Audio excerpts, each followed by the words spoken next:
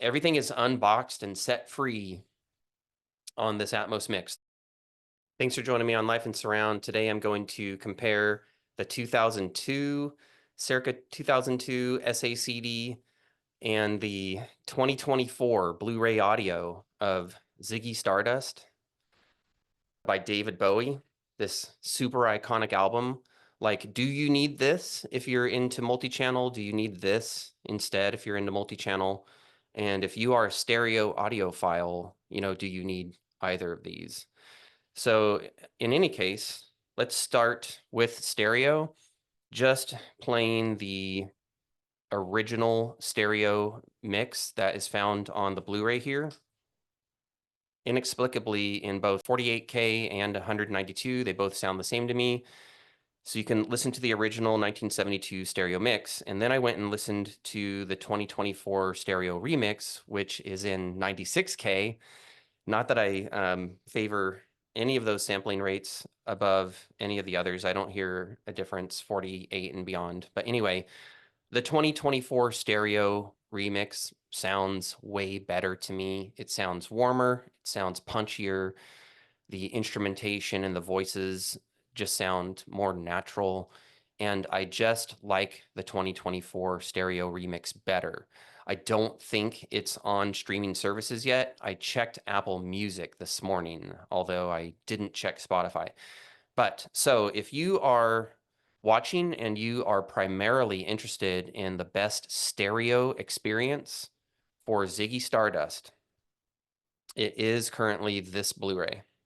This Blu-ray not only contains 48K and 192K transfer of the original 1972 mix, if that ends up being your thing, that is, audio file level, high resolution.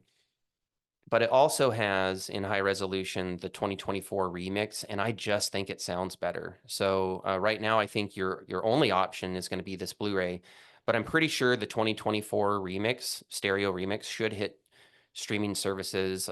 This album, this anniversary or whatever, this reissue, for whatever reason they're putting it out, it has to get digital distribution pretty soon. So do yourself a favor, keep your eyes peeled for the 2024 stereo remix of The Rise and Fall of Ziggy Stardust and The Spiders from Mars.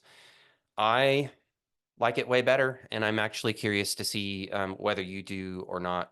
All right, so then if you are into multi-channel for the last, 20-something years, your only option to hear Ziggy expanded out from stereo a bit has been this 5.1 SACD. And I am on record saying that I think this sounds better than the original LP, but doesn't sound great, just compared to the best multi-channel albums ever, out there. Hand Cannot Erase by Steven Wilson, like this can't compare sonically, but it is an improvement over the original LP to my ears, so I have recommended it in the past on those grounds. But is the 2024 Atmos, I hate these paper sleeves. Leave a comment, like if you hate these paper jackets that important albums are being put out in right now. I just prefer like a normal Blu-ray case, the blue plastic kind. But I am happy that Ziggy Stardust has received a standalone Blu-ray for the Atmos version instead of like being locked in an expensive box set. So thank you, record company, for that. Parlophone, thank you for putting out a standalone Blu-ray. I really do wish you guys would get beyond this super cheap, bifold cardboard thing. It's hard to get the disc out. One is concerned about scratching the disc or putting fingerprints back on the playable surface. It's really hard to avoid both.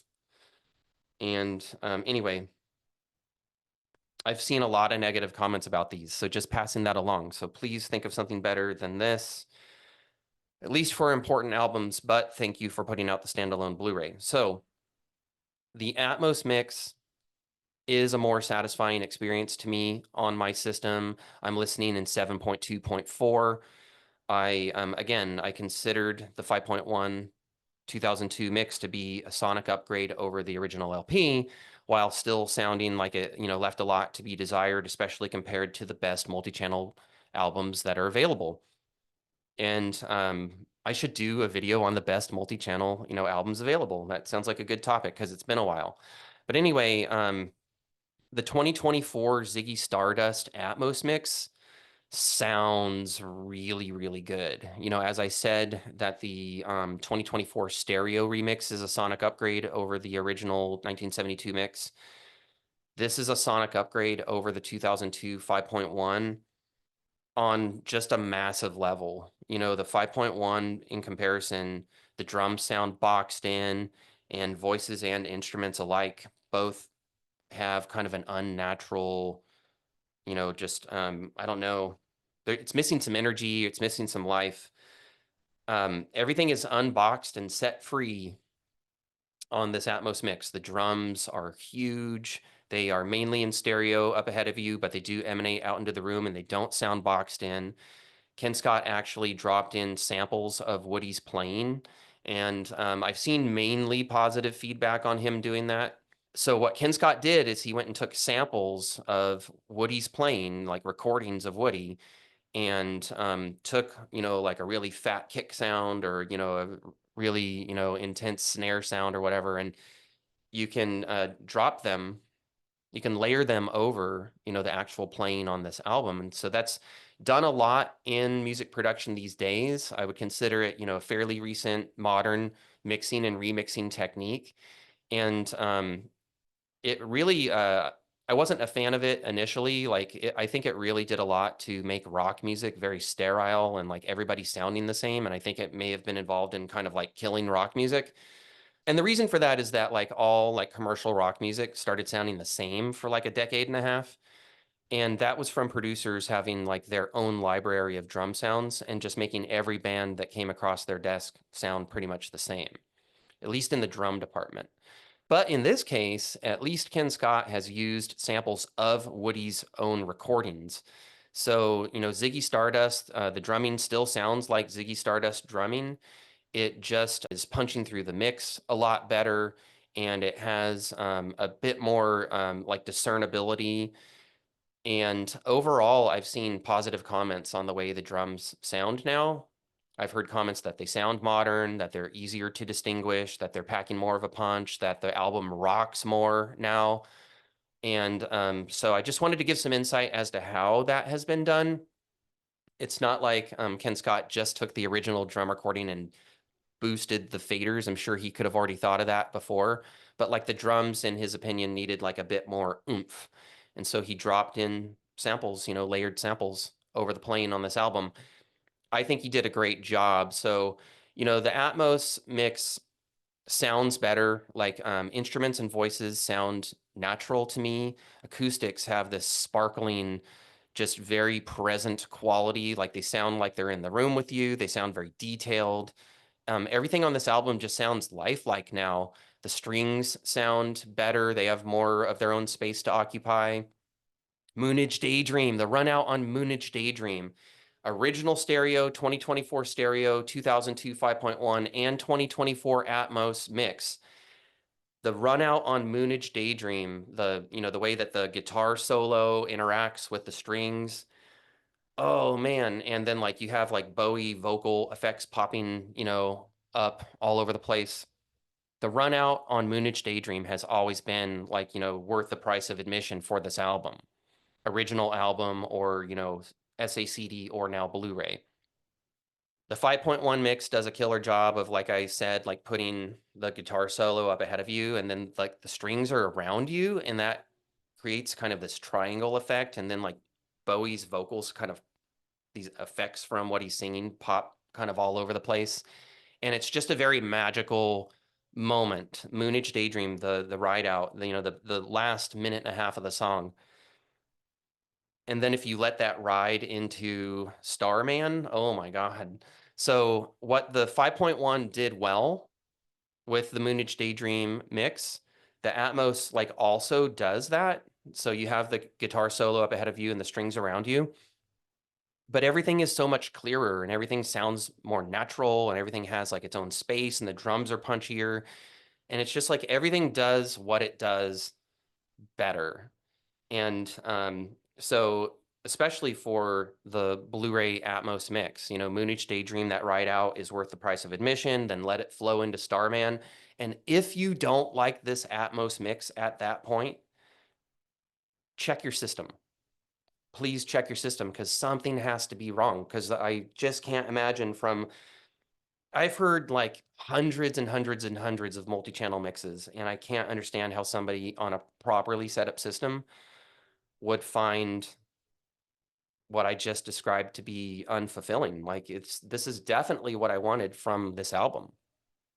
Everything sounds great.